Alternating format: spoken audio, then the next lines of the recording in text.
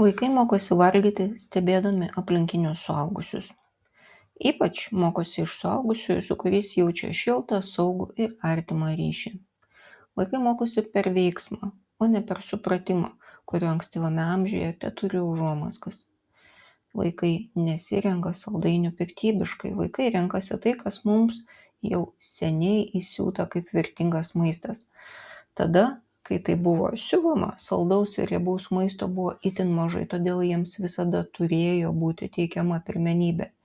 Mechanizmo, kuris saugo nuo tokio maisto pertekliaus, reiktų laukti po gero 1 milijono metų, jeigu niekas nepasikeis, jeigu dar bus kam jį įsiūti.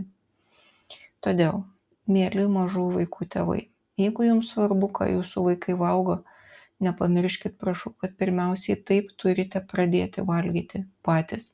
Jeigu jums neskanu vaikų tyrelės, tai ir jiem neskanu, neabejokit.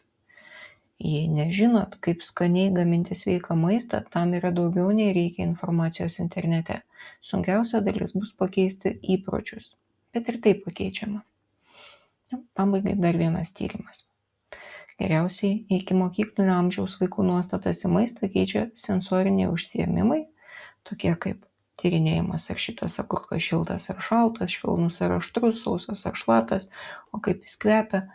Taip pat žaidimai, kūrybiniai užsiėmimai ir pasakų knygutės. Žinoma, visa tai turėtų būti apie maistą. Mokyklinio amžiaus vaikams geriausiai veikia maisto gaminimas, maisto ragavimas, žaidimai, vaidmenų pasiskirstimas bei daržininkystė.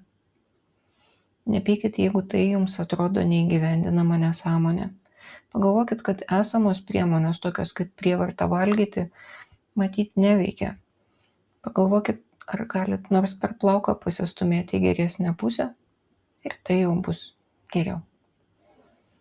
Skanaus. Taikos ir ramybės.